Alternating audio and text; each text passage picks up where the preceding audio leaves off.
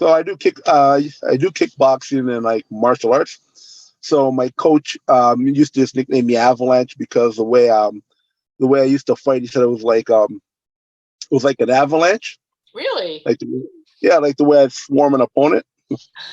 And, and then architect is just what my friends used to call me. The way in my neighborhood, I was always like the mediator or politician. I used to always connect people. I'd always build relationships. So they said I was like an architect the way I built relationships. So I just put the two together for my music. That's very cool. In Canada, and so it was a choice of between the two. So Canada was definitely my first choice over England. Okay, so you wanted out of the Bronx? Yeah, I wanted out of the States. I want to get out of America. I don't blame you. I really don't.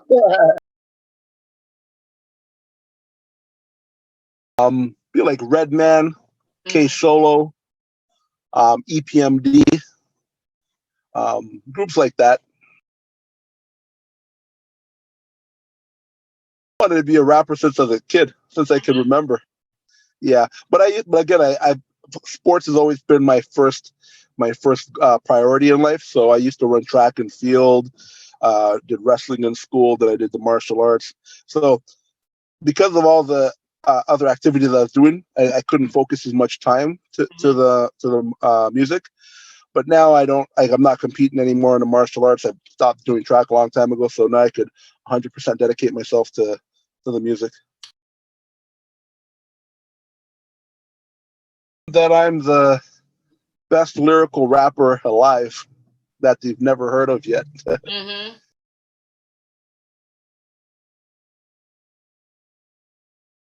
But it's very hard in this industry because what I don't like about this music industry, there's a lot of brown nosing. It's about people sucking up to get ahead, and it has nothing to do with what you know. It's who you know now. So you can be the best rapper alive, but if you don't brown nose with the proper people, you're not gonna. Your only like local people will know you. Like you only have a local buzz. Right. And I'm not into inauthentic relationships. I'm not one of the people who are gonna like I know a lot of people say, oh, you have to like message all the promoters and beat makers and other artists like their stuff and I'm like, that's not, if I don't really like their stuff, I'm not gonna pretend to like just so that I could. So I've noticed my not evolution, but my rise through the ranks hasn't been as fast as other rappers who are willing to play the game. Right. Well, you're true to yourself. Exactly. I can look in the mirror and be proud. Yeah.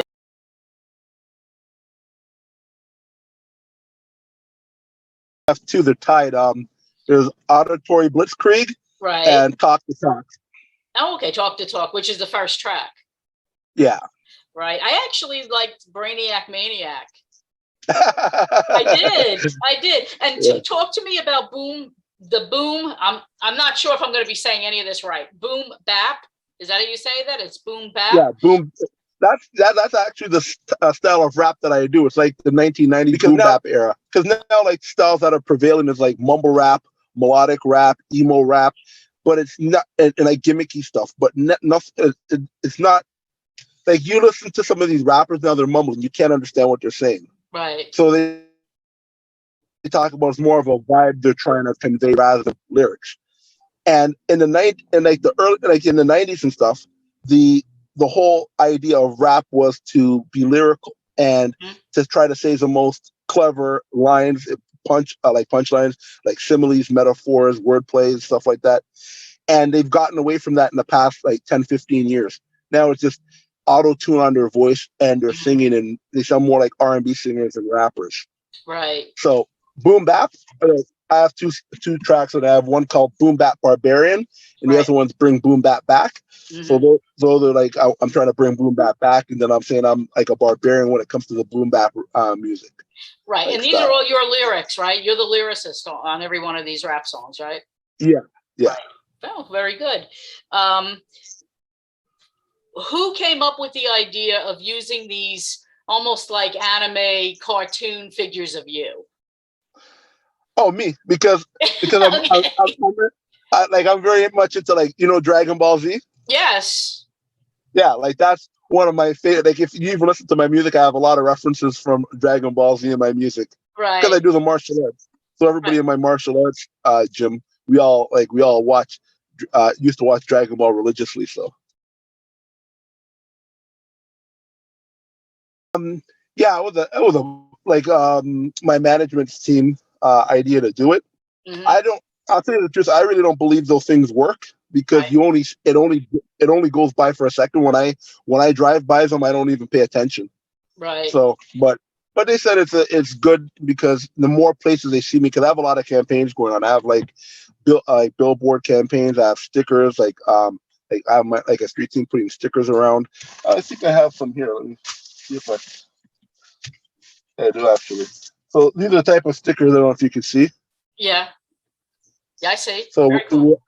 yeah, so we have them putting these stickers all over the place because their idea is the more they keep seeing it, and when they hear it on the radio, it will click in and say, "Oh wait, that's the person I see on the billboard. That's the person I see the stickers of. That's the Right. person I seen on the truck." Because we even have we have vehicles wrapped with my logo, Yeah. and yeah, so we have them wrapped and we Yeah. drive around and How many vehicles are wrapped? How many vehicles you got wrapped? probably like 10, 15. Wow, that's amazing. Yeah, yeah. Because what happens is we have them wrapped and then we're giving we're like a lot of the vehicles have systems in it because we go to the car shows and then some people they like our stuff so we'll wrap their vehicle we have them giving out my album. They're blasting they'll play it on the system and people are like, "Whoa, who's that?" And they're giving out the free thing, so they see the car wrapped, they get a free thing, they remember more. And then That's great marketing. no tattoos. You don't have any tattoos? No, you know what? I had never believed in marking my body. Funny enough, it's going to sound weird, but I've always believed when I go back to my maker, I have to go back the way I came. So if I have myself marked up, he ain't going to recognize me. That is so surprising. I really expected that you were just going to have tattoos You everywhere. know, all the time people say you don't sound nothing like the way when you rap because I'm angry, and they say I'm more articulate or whatever when I'm speaking. But you know what? I say it's like this. It's if I go for a job interview, I'm not going to be the way I am with friends on the street when I go into the job interview. Right. I want to get my point across. If I talk and the way I do in my music, I'm not going to get my. I'm trying to reach the biggest audience possible, and I want them to understand and hear everything I have to say clearly. Right. So that's my goal.